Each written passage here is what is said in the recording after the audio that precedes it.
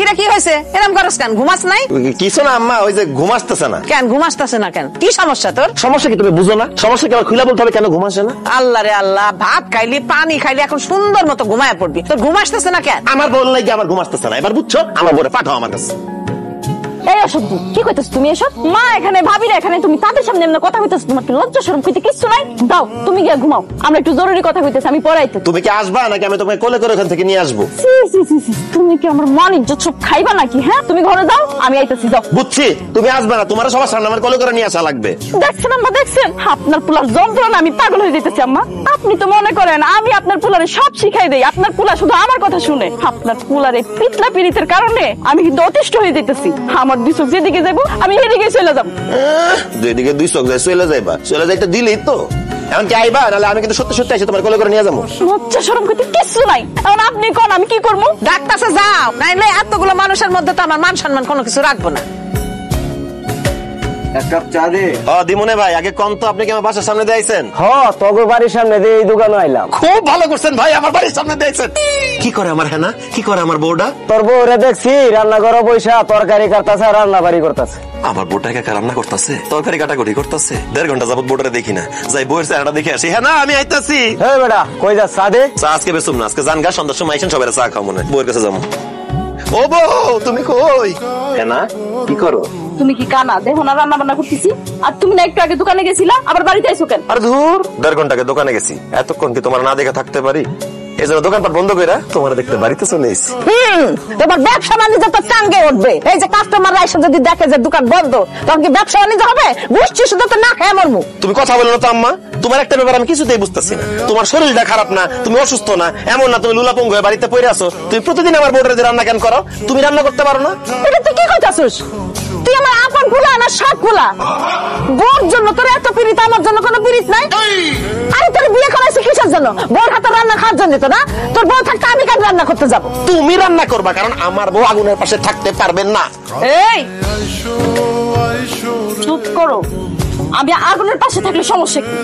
হ্যাঁ না, সি সি সি সি সি।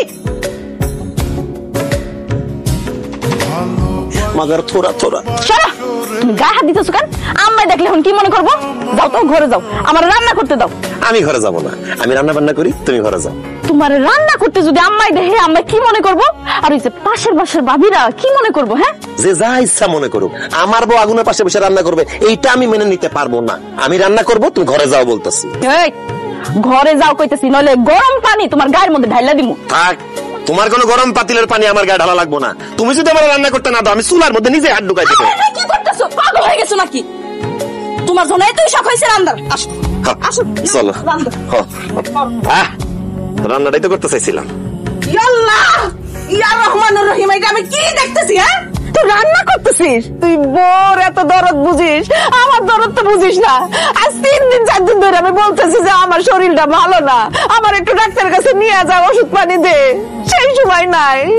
ওরে আল্লাহ রে আল্লাহ, এইসব দৃশ্য দেখার আগে আল্লাহ তুমি আমার মাথা ঠাটা ফেলাই ডালা কাঁদতে। আল্লাহ, আমি আর বাঁচতে চাই না, আমি মরতে চাই। আল্লাহ, হ্যাঁ, কথা তো কানে নিও না, কিছুই পড়বো না, এমনি কয়। দূরে বসে, দূরে বসে, গরম গরম ভাব পাইবো। আসসালামু আলাইকুম আব্বা, কেমন আছেন? চুপ করো, আমি গরম মতন ফিলে ফিলে কাঁদতেছো কেন? কি হয়েছে? একটু আগে মোবাইলে একটা ভিডিও দেখলাম, সাজানো গুছানো বাড়ি, হেনার বাপ বসে আছে। হেনার প্রেমিক এসে হেনার বাপের সামনে জিজ্ঞাসা করছে, চাচা হেনা কোথায়? তখন হেনার বাপ ছেলেটির দিকে তাকিয়ে বলল, এই ছেলে, তুমি হেনাকে ভুলে যাও, হেনার অন্য জায়গায় বিয়ে হয়ে গেছে। এই ভিডিও দেখে আমার কলিজায় যে কামড় মারছে। আমার হেনা যদি এই ভিডিও হেনার মতো আমাকে রেখে অন্য জায়গায় চলে যায়, আমি কি নিয়ে বাঁচবো? তোমারে কে বলছে এসব ফালতু ভিডিও দেখতে? হ্যাঁ, এসব ভিডিওর সাথে কি বাস্তব জীবনে কোনো মিল আছে? এসব কান্নাকাটি বন্ধ করো, তোমার জন্য একটা সারপ্রাইজ আছে। সারপ্রাইজ? কিসের সারপ্রাইজ? ও আল্লাহ, নিশ্চয়ই আমার বাচ্চা হইব, তাই না? হেনা বলা না মাই। সি সি সি সি, দেখছেন আম্মা, আপনার পোলার মুখে কিচ্ছু আটকায় না। আব্বা, তুমি দাও তো সারপ্রাইজটা। শোনো জামাই, সারপ্রাইজটা হইতেছে বিদেশ যাওয়ার একটা ভিসা রেডি হয়ে গেছে। ভিসা রেডি হয়ে গেছে মানে? কি কোন আব্বা, এই বয়সে আপনি বিদেশ যাবেন? আমারা রেখে আপনি থাকতে পারবেন? আমি বিদেশে এই বয়সে যাবো কোন দুঃখে? বিদেশে তো যাবে তুমি। ফালতু কথা বলেন না আব্বা, আমি হেনারা রেখা বিদেশ যাবে কথাটা আপনি ভাবলেন কেমনে? অবশ্যই তার বিদেশ যাওয়া লাগবে, তুই এই দেশে থেকে কোনো কিছু করতে পারবি না। আরে তুই দোকানের মধ্যে দোকানদারি করিস, 1 ঘন্টা পর পর তুই বাড়িতে আসিস।